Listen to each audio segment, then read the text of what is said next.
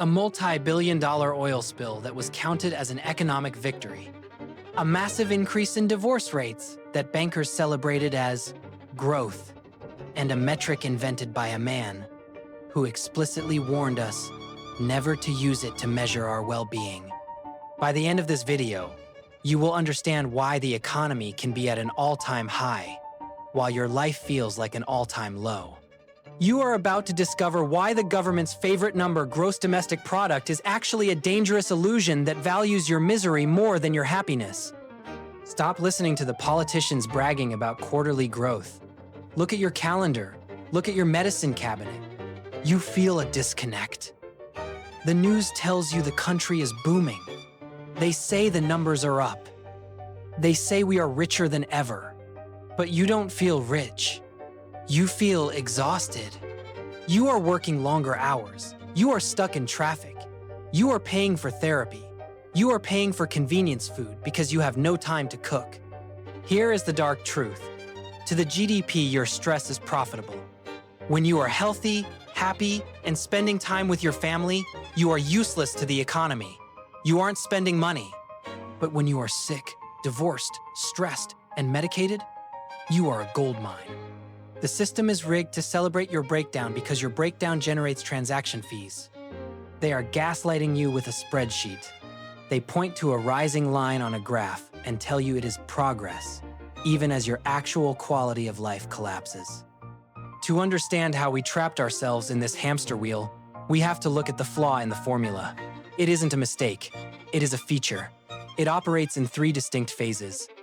Step 1 is the setup, the warning label. We have to go back to 1934, the Great Depression. The US government needed a way to measure the economy. An economist named Simon Kuznets invented GDP. But Kuznets was smart. He knew that adding up all the money spent in a country was a crude tool. In his very first report to Congress, he issued a warning. The welfare of a nation can scarcely be inferred from a measure of national income. He told them, do not confuse quantity of stuff with quality of life. But the politicians ignored him. They needed a scoreboard. They needed a simple number to show that they were winning. So they took the number, stripped off the warning label, and made it the god of the modern world. Step 2 is the trick, the broken calculator. This is where it gets cynical.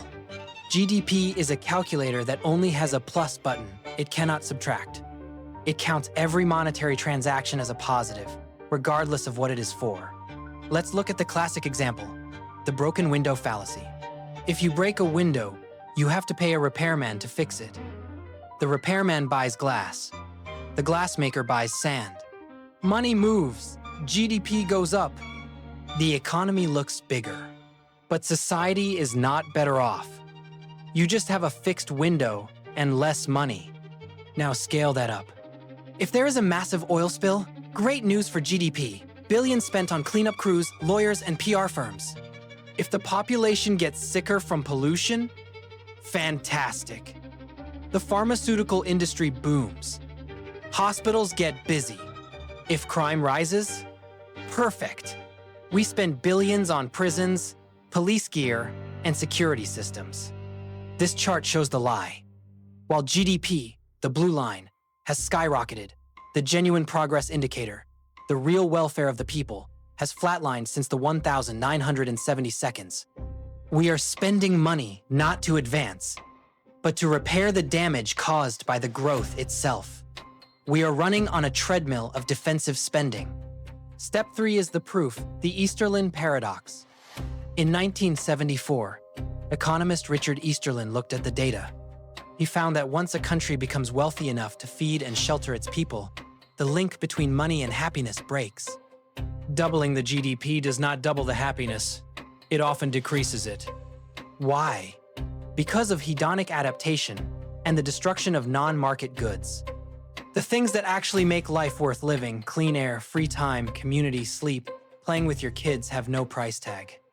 Therefore, in the eyes of the GDP, they have a value of 0.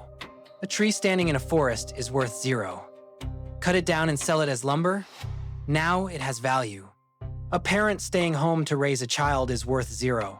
Put the child in a commercial daycare? Now it's GDP growth. The system is designed to cannibalize the free things in life and turn them into paid services. So, who benefits from this madness? The entities that sell the fixes. This is the wealth transfer. Corporations are allowed to externalize their costs. A factory pollutes the air to make cheap plastic junk. The company gets the profit GDP. You get asthma. You pay for the inhaler. GDP up. The company doesn't pay for your lungs. You do. We have built an economy based on churn.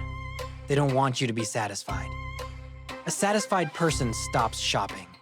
They want you to be in a constant state of mild dissatisfaction and anxiety. So you keep buying the next product that promises to fill the void. The elite exit with the capital gains. The politicians exit with the re-election based on strong economic numbers. And you? You exit with burnout, wondering why you are working harder than a medieval peasant but feeling less secure. Robert F. Kennedy said it best in 1968. He said that gross national product measures everything, except that which makes life worthwhile. It measures the destruction of the redwood and the death of Lake Superior. It measures the television programs which glorify violence in order to sell toys to our children. But it does not measure the health of our children, the quality of our education, or the joy of our play. We have spent the last 50 years optimizing a number that is theoretically capable of reaching infinity inside a biological ecosystem that is strictly finite. We are winning the game of capitalism, but we are losing the game of life. The question isn't, how do we grow the economy? The question is, if the economy is growing, but the people are dying inside, who is the economy actually for?